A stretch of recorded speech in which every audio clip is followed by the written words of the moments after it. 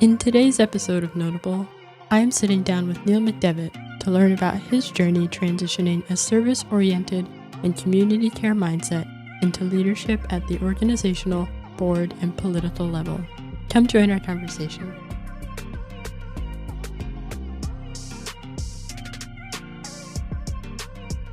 What is your favorite book or art piece form of media right now?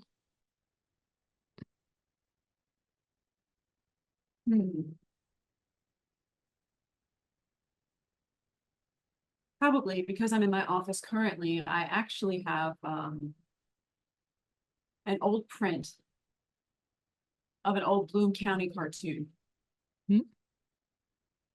from the comic strip. And because I'm a political animal myself, it's an old one. It's one of the first actually strips to show Opus, the penguin. And basically it's a person sitting on a bench. And it's an older person who's frustrated with all of those people. And the next panel, Opus says, "Me too. Who are they?" And then the old person says, "The left-wingers." And then you see Opus, the penguin, flap a wing. You kind of look at it puzzledly. And then the man says,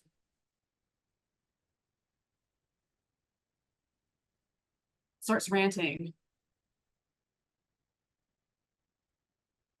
He says, "I hate them."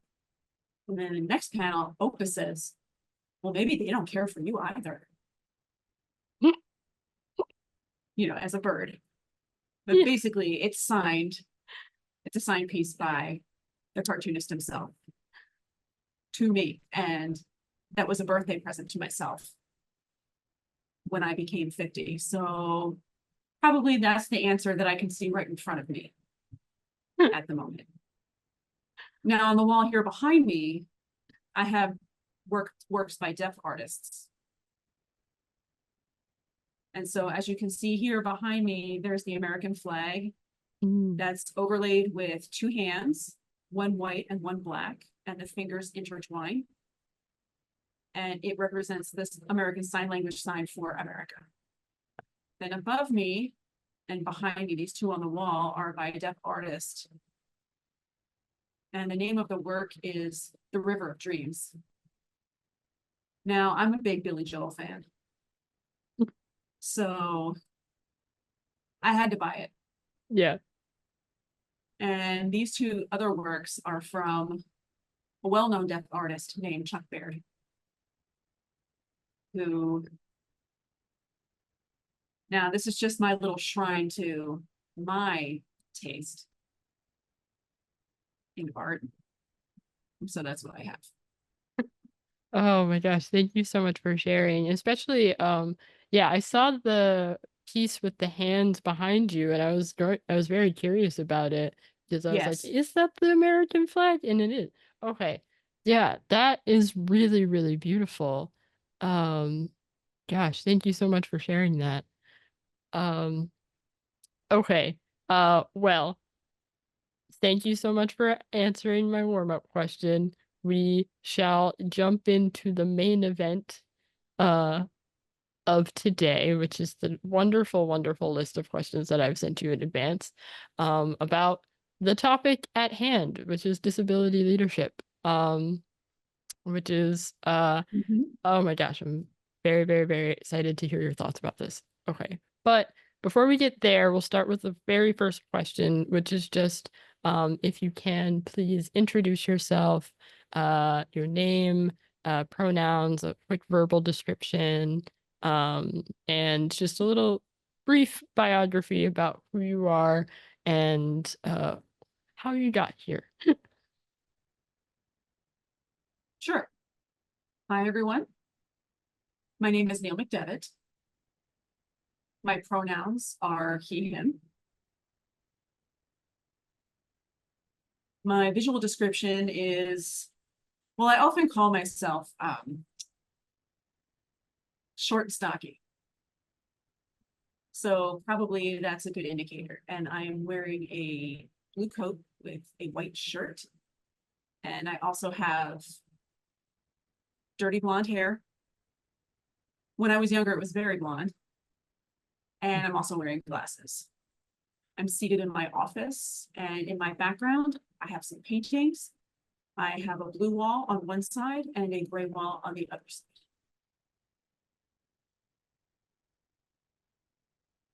Now, my role currently is I'm the executive director for the Deaf Hearing Communication Center. It's a nonprofit organization located in Swarthmore, Pennsylvania.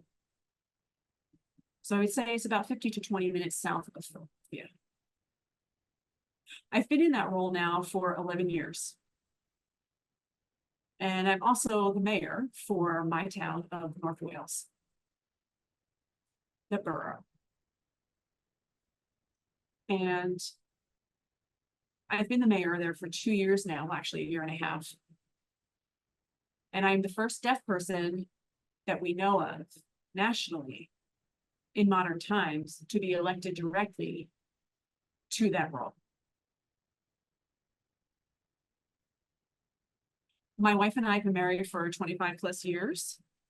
We have 2 amazing adult sons, and we have 2 dogs. You may see a couple tails wagging in the picture behind me at some point. We also have a cat, and we have a lizard. Oh my gosh. I love just how many pets you have. That's so wonderful.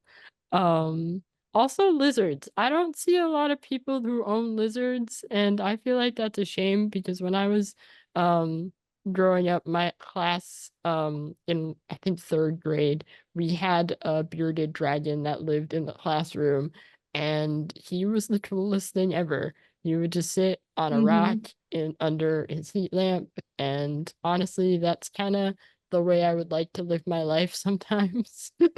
So, Yeah, we have a bearded dragon too. And we're always amazed because it's been with us for 12, 13 years. oh, wow. And we're always shocked when we come home from vacation because we half expect it to be dead when we come in the door. But the thing's still alive. I don't know how, but it's just amazing. It's an amazing animal.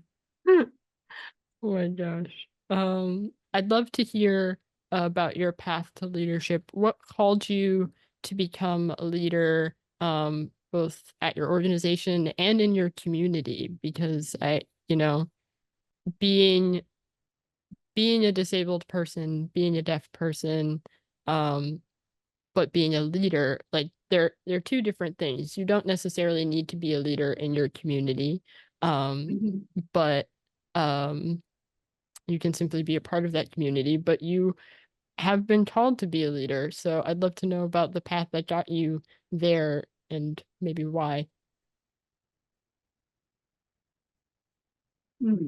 Well, for me, it's funny because I never really felt like something called me or something was pulling me into leadership. Now, my parents were always, they were always involved in civic engagement, public service things. For example, my mom was on a school board for our community in northern New Jersey for many years. And then my dad served as a committee member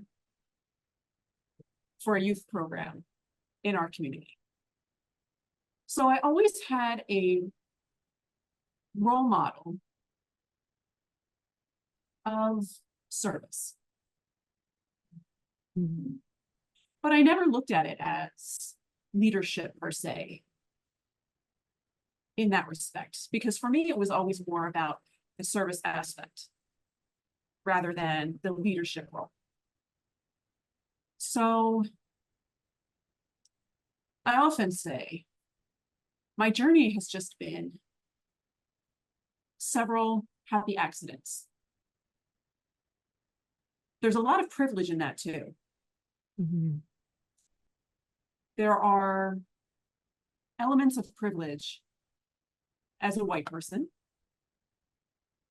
as a deaf person who uses his voice. And there are elements of that that you can't ignore. Right. But I think it's important to recognize it. Yes. Because it's there. At the same time, many of those accidents, for example, I graduated from Gallaudet University, and I was a student there for 5 years. I was part of the newspaper, and I eventually became editor-in-chief for that student newspaper. And at the same time, there was a love of writing. There was a love of the journalistic process. So it made sense to follow that path. It wasn't like, you know, I was planning or had this idea in mind or a vision for myself that's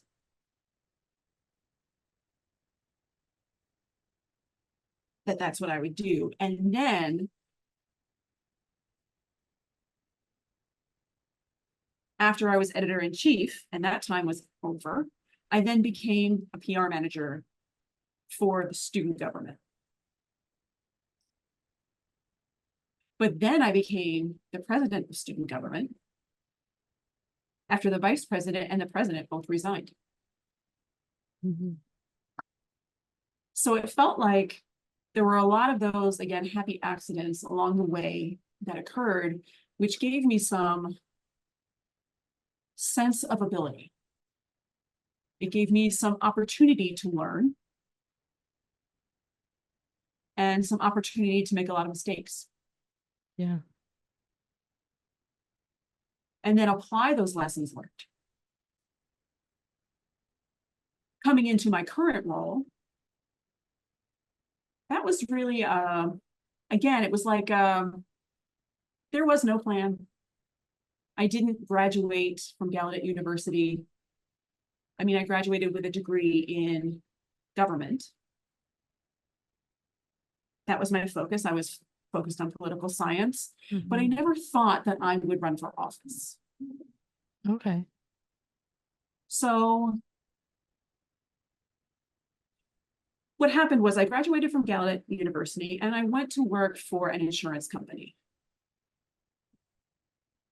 You know, basically pushing papers, typing things, and the like. So it wasn't exactly the type of role where you would envision leadership to grow. But I was getting so frustrated as a deaf person in that type of environment. So I started looking for constructive ways to get engaged with my community. So I thought, or rather, I decided to join my local fire company. They encouraged me to become a firefighter. And I was one of the few deaf people in the United States who were certified to be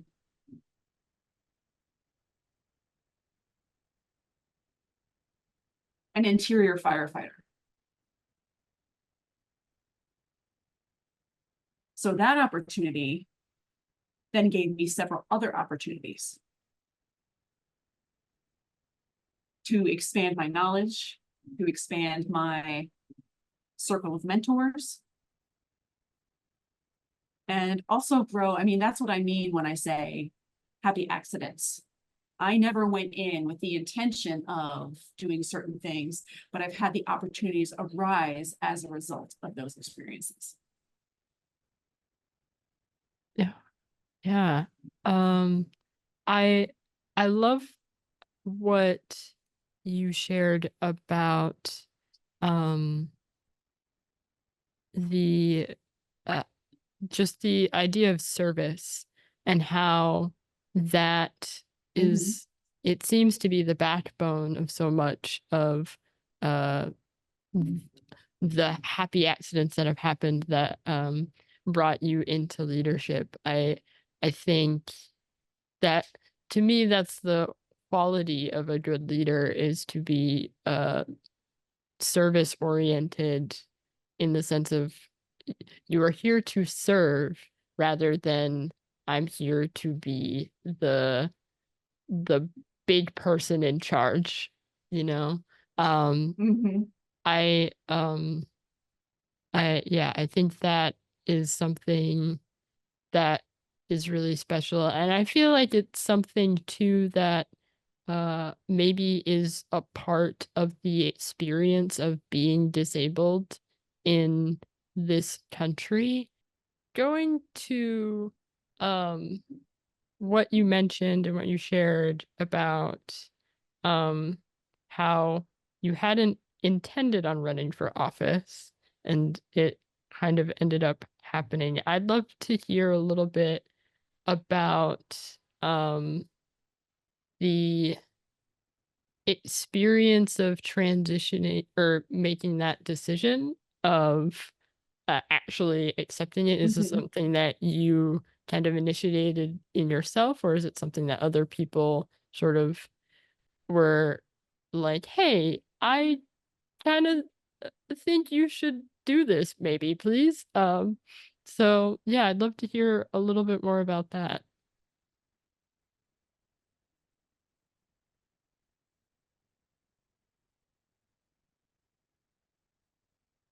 I would love to say it was, um, akin to Pinocchio with the fairy godmother who comes down and says, you're chosen for this particular thing. I mean, that was not the case. Really, it was more external. It was an external prompt. I mean, we have to be honest about it. Mm. Trump was elected in 2016. And for me, my conversation with my wife, we were just like, what do we do? Yeah. How can we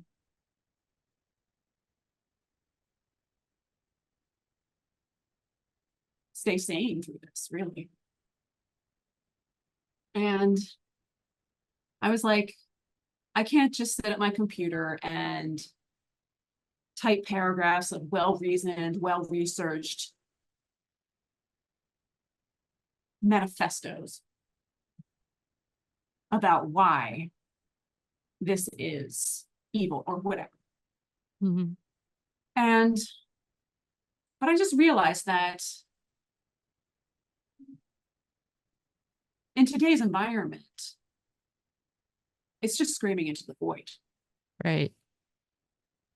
So I felt like I needed to do something more constructive, something that I'm able to do meaningfully and protect our values. Mhm. Protect our values to civil rights, for human rights, things like that. So I approached my local political Democratic Party and I asked them, I would love to run for something. Is there something I can do? Maybe not have a clear picture of, I didn't have a clear picture of what that was per se. So they looked at my background. They said, let's see, you used to be a firefighter. You used to work for FEMA. You also used to work for a nonprofit focusing on emergency management.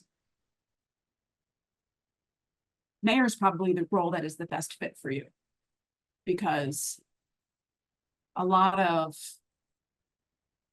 the functions within the state law for mayor of a borough in Pennsylvania focus on emergency management. Mhm.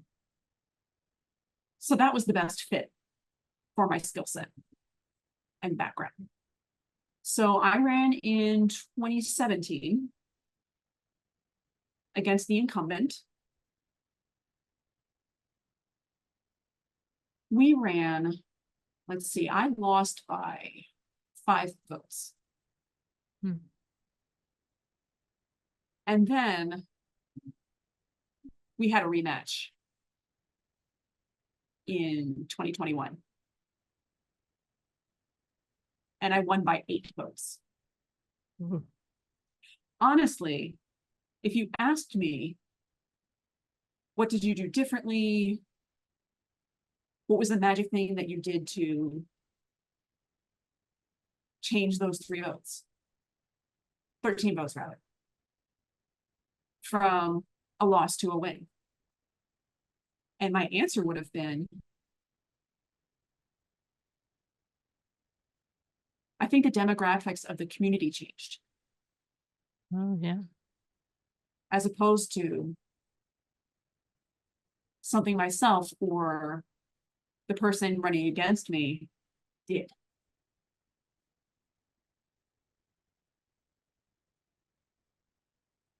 So that was what got me started in the political process. Just figuring out that journey. Yeah. It is, it's interesting, just how much of the, just how much of the progress that happens with accessibility and with disability comes from a response of necessity and this feeling of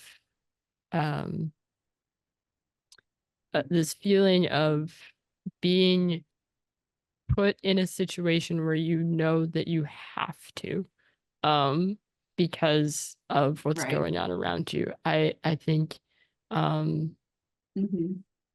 yeah, I mean, I think that 2016 was definitely a moment for uh a lot of us to stop and like reevaluate and think about like, what am I actually doing that's going to be more than just you know talking into the void. Yeah, so I'm I'm so grateful to hear just your path to taking that experience and alchemizing it into something that has provided good for the deaf community and your community beyond even further outside of that too. Um, because we all benefit when um, representation is taken a step further, because it just opens the doors for more and more and more progress, innovation, things to grow. So it's also interesting too to hear that you lost the first time and then came back for the win. That like I love a good like comeback moment. That's awesome. Yes. But yeah, and two, to also just think about how that moment happened um as a result less of what you did, but what was happening around you.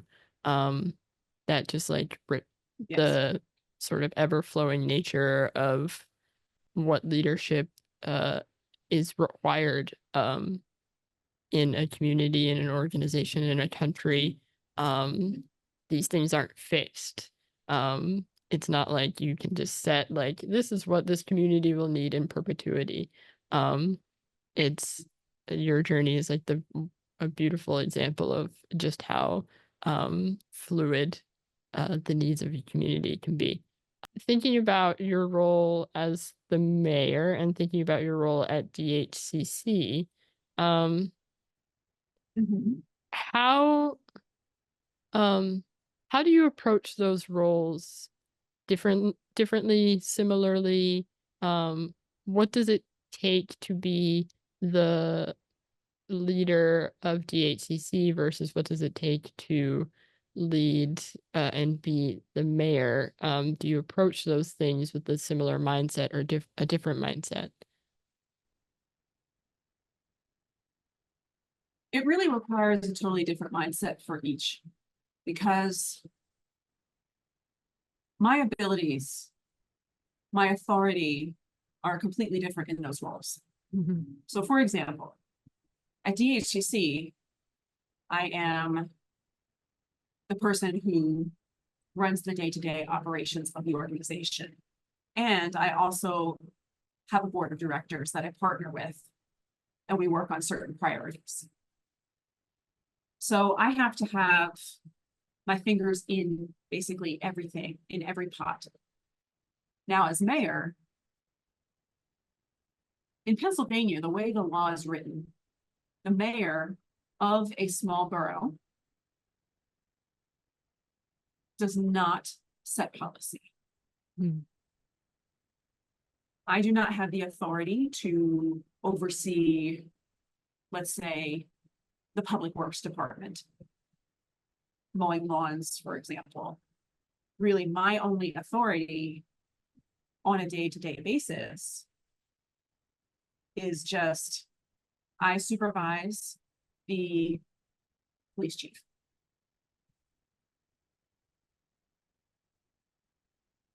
Most of my authority comes during an emergency, where we need to be able to announce the emergency, request resources, and the like. So, in other words,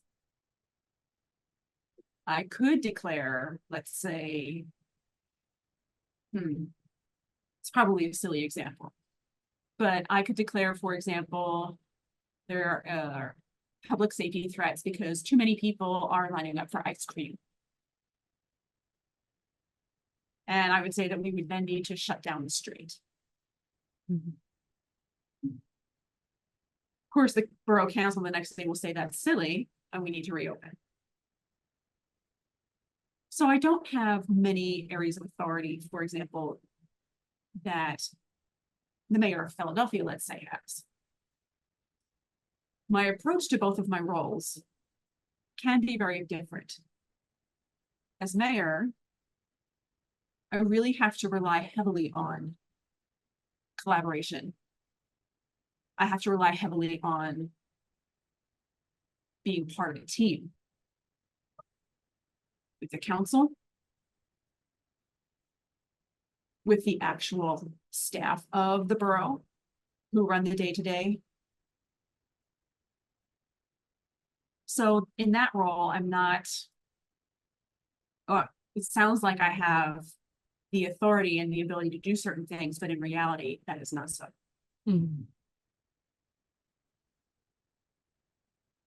Now, if I tried to behave the way that I do as an executive director, I probably would be overstepping my authority in that role. Now, as executive director, I have to recognize that my team are the real experts in what they do. So it's not my role to tell them no. My role is to empower them to be able to do what it is they're already doing well. And that's 95% of my job right there. 4.9% of the time, I may be asking questions in order to try to understand something a little better. And then the 0.1% is when I'm saying, no, we need to pull this, or this is something we need to stop doing, or what have you.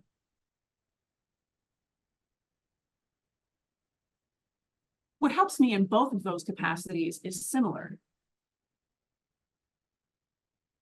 In them, I try to lead by values.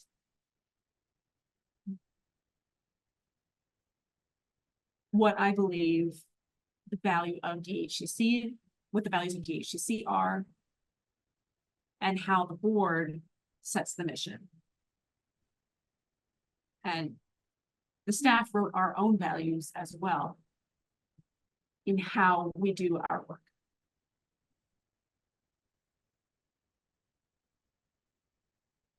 Now, if a person says, I made this decision because I believe it serves the mission or the values of the organization, great. That's absolutely fine. And similarly, what I believe are the values of this small community in suburban Philadelphia. And if I believe that we're all on the same page regarding that topic, then I will work to that end. I think that's probably the easiest way to describe how I approach my role in both of those organizations, how they're different, and also how I try to make some similarities between them. I would love your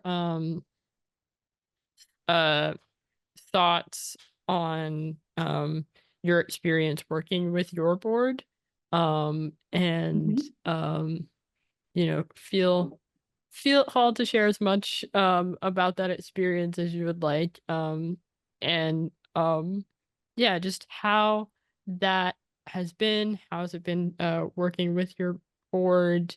If anything surprised you about working with a board for the first time, whether it was in this role or a previous one. Any sort of thoughts on your experience?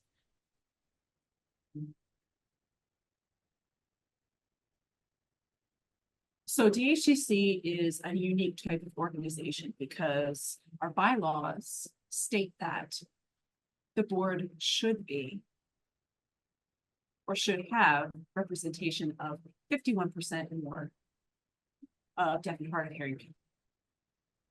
Good. So our board has amazing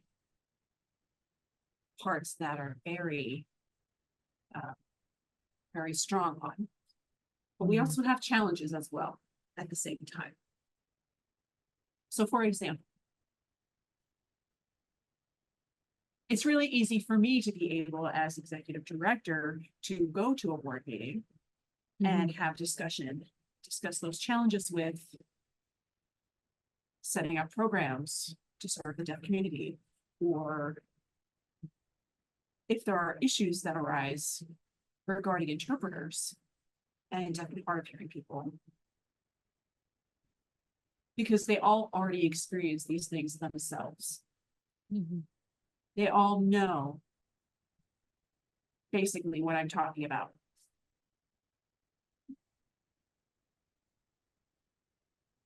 So that's very helpful, because sometimes we have some boards where they pull in people from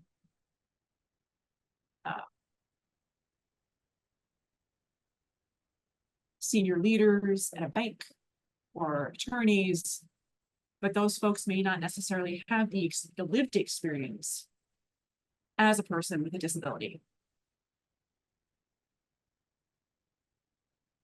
And in our mission and focus for the organization.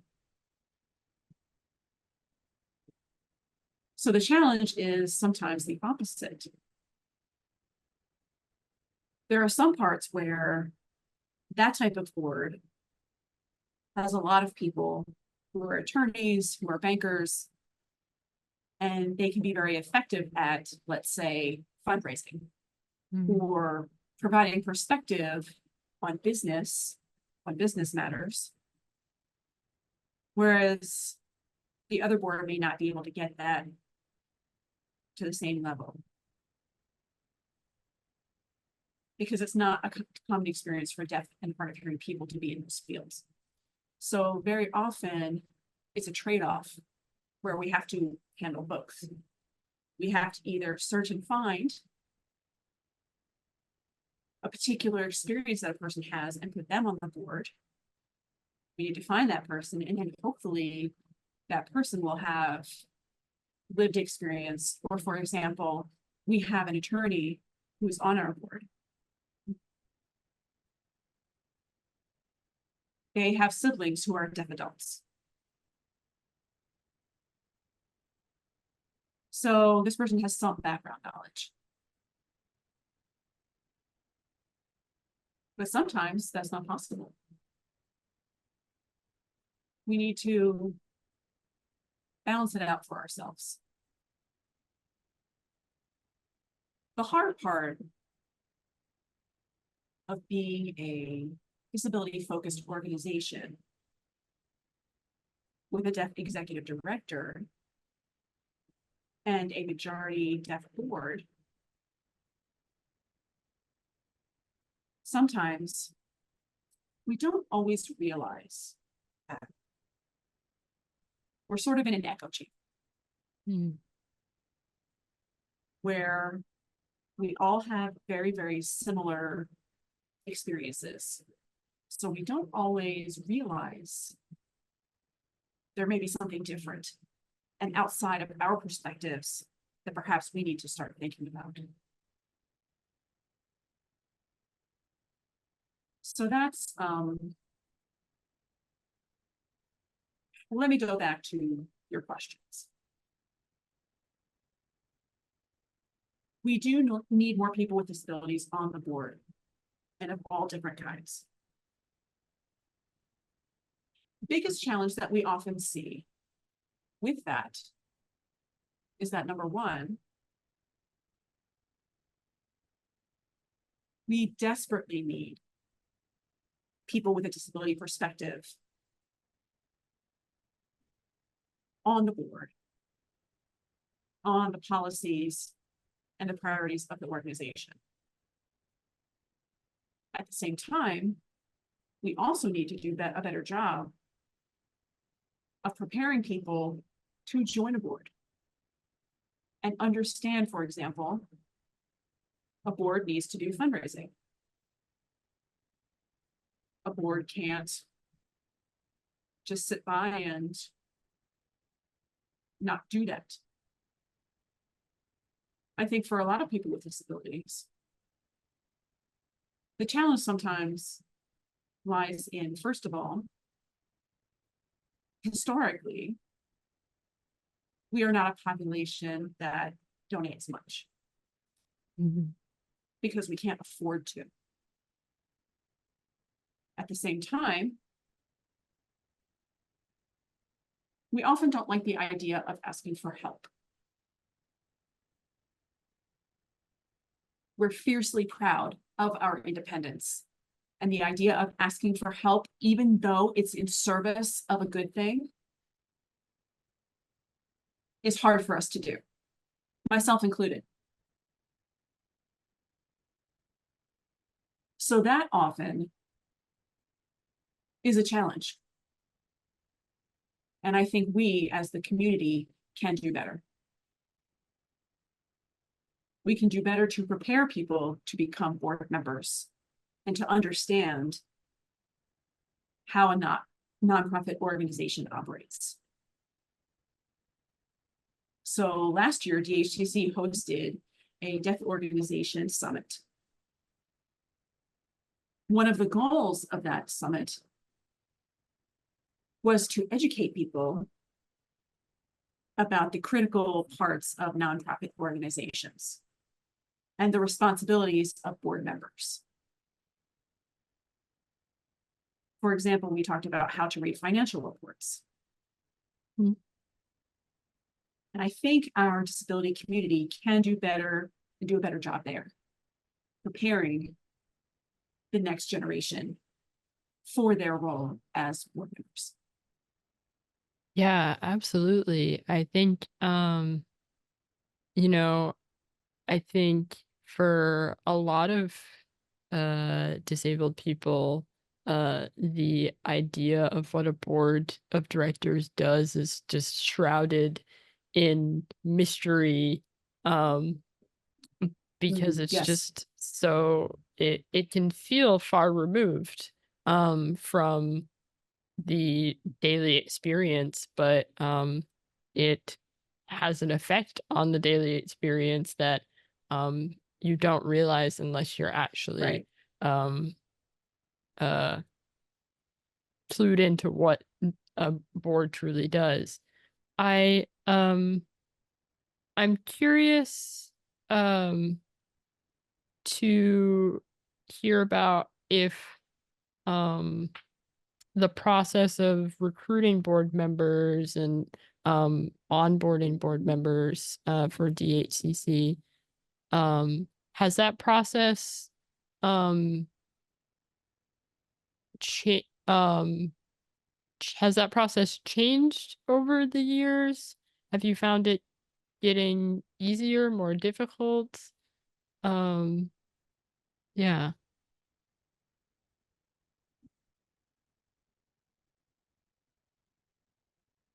Yes and no.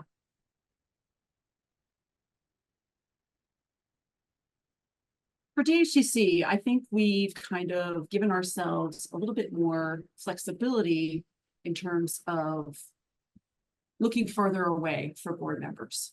Mm. So currently, our board chair just started their term and then moved to Florida. Now, our previous board chair moved to New York. And we just brought in a new board member from Ohio. Mm. So it's a little bit easier in some ways because we decided with Zoom and with remote meeting options that we don't need to limit ourselves to people in the Philadelphia area. So that part becomes a little bit easier.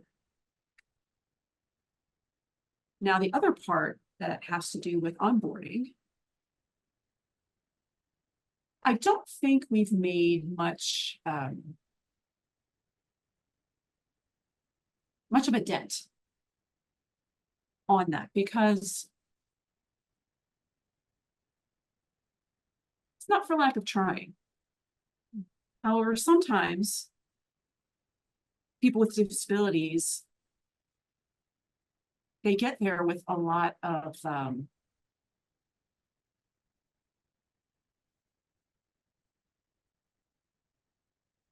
strikes.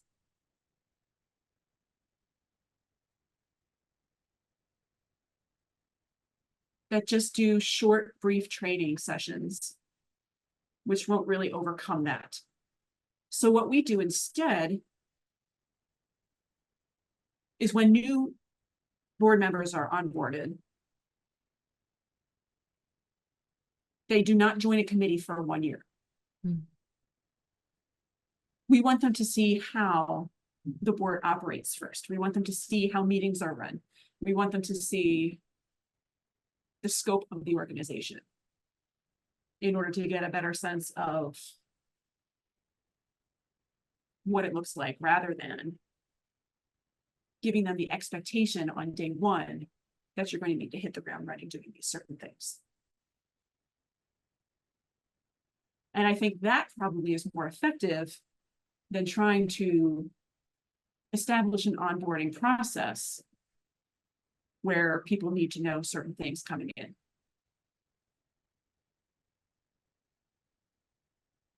We also have a way that our board typically works with new board members. They'll start in July, on July 1st. That follows our fiscal year. Mm. But if we've identified people who'd be a good board member, we invite them to join meetings to observe. They can't vote, but they can watch. Mm. And observe to see how the meetings run and have a better sense of what they're getting themselves into. Okay, I'm going to ask a a question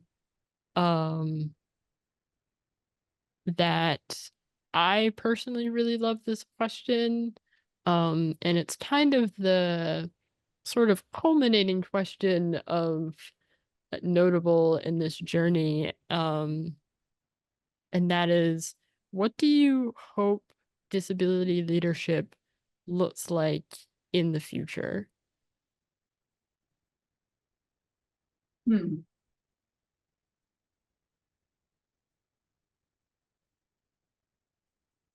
My goal is to see more people with disabilities in leadership roles for organizations that do not have deaf or disabled in the team. In other words, they are the CEO of what have you, Chase Bank, you know, that sort of thing. The challenge that I see sometimes, and I don't know if this is a self-limiting thing or if this is an internal response to an external pressure. But we celebrate so much the expectation that an organization provides services for people with disabilities, and they should be led by people with disabilities, which makes sense. But at the same time, the fact that I'm the first deaf person to be elected mayor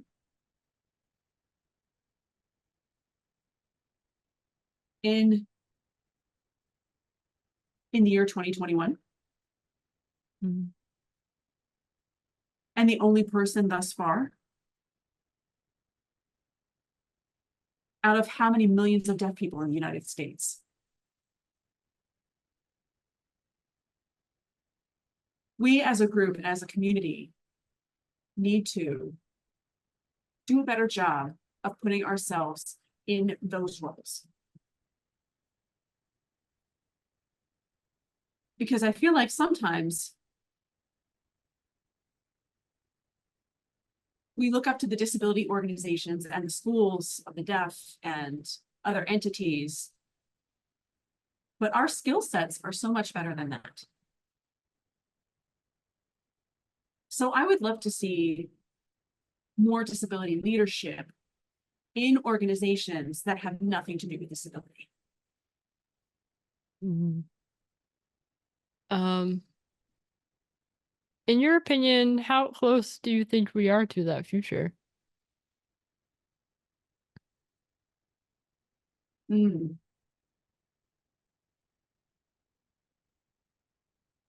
I think it will be closer if we become more intentional about the pipeline of skills, of talents, of knowledge. So if we become more intentional about mentorship and mentoring the next leaders.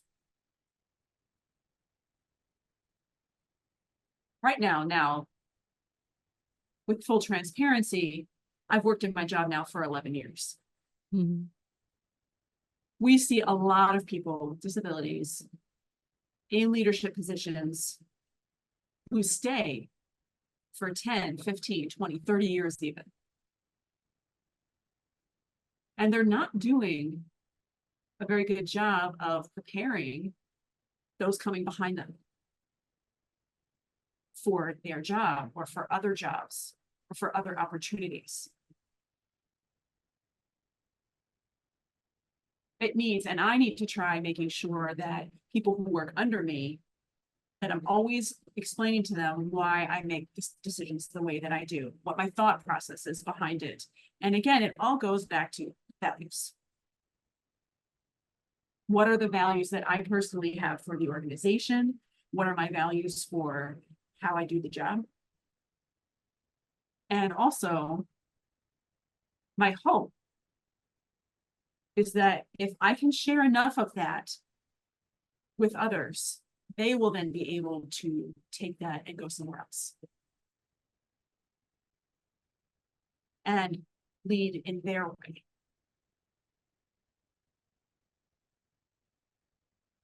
But we will struggle if we are not being thoughtful about leadership, if we're not being intentional about the development of the next generation of leaders. Yeah, you know, it's this sort of concept of you know, for outside of the disability community, there's maybe this sort of generational wealth of knowledge that gets passed down about you know, how to make these connections and how to break into industries, and these sort of networking opportunities and abilities to connect. A lot of that exists. There's like framework, there's infrastructure that exists for people in particular communities, people that look a particular way, people that are from a particular area, um, that don't that aren't available to people outside of that particular group.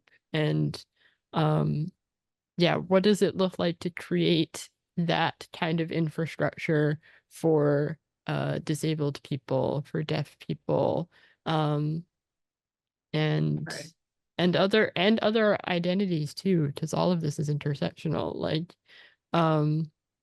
Right. what does building that infrastructure look like as we sort of move into the future? Um, but I really appreciate your thoughts there, because that's kind of that's ultimately the goal of Notable, is to try and sort of um explore this idea of like what does our community need in order to step into these roles, so that um we can refashion the table of leadership into one that is accepting and open and useful for not just one particular uh group of Right. individuals, but for the whole, for the collective. um so thank you so much for answering my favorite question. I'll just open the floor for if there are any final thoughts that you have or things that you wanted to share today that maybe I didn't get a chance to sort of tee up for you. If there's any thoughts that you have that you want to share, I'd love to hear them. Yes. I kind of touched on this a little bit. My answer to your favorite question. Mhm. So the value of mentorship and mentors is so critical in so many parts of my leadership journey.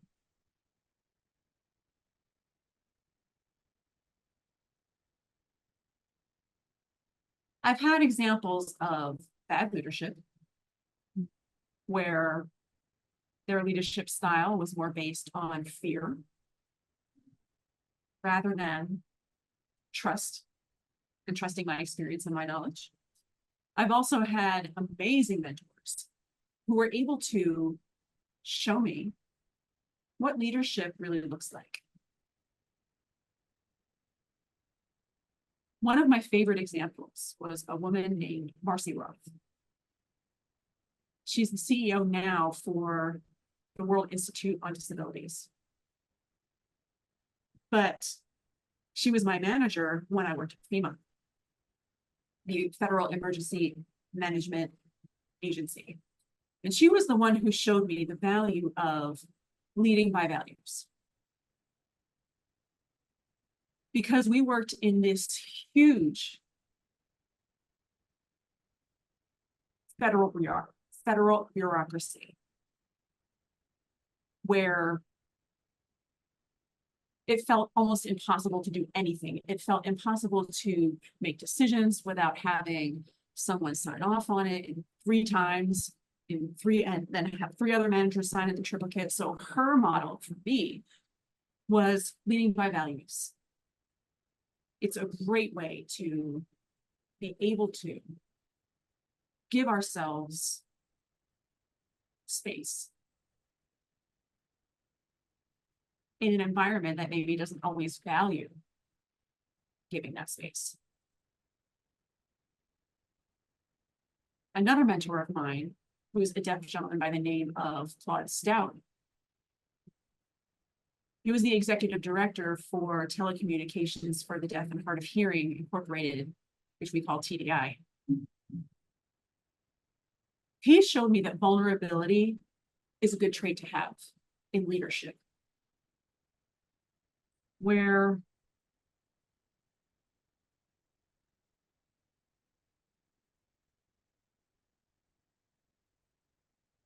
we had an incident at work where he shared with his team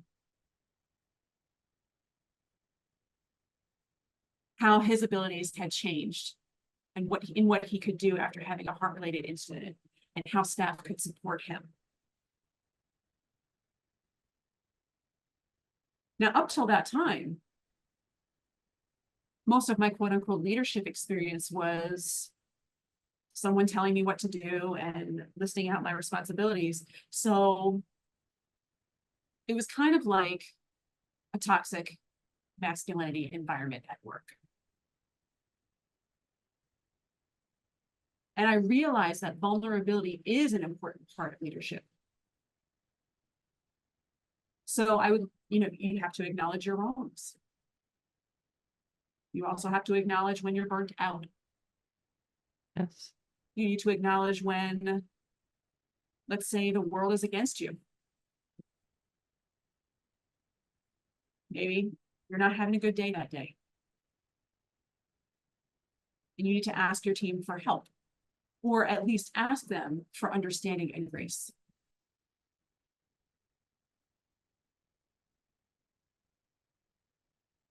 And that's something that my mentors have instilled in me.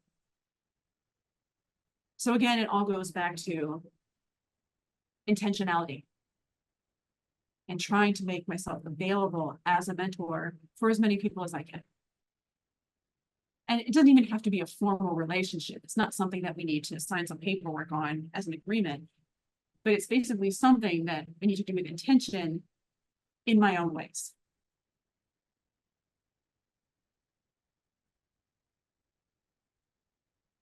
And in order to move the needle forward.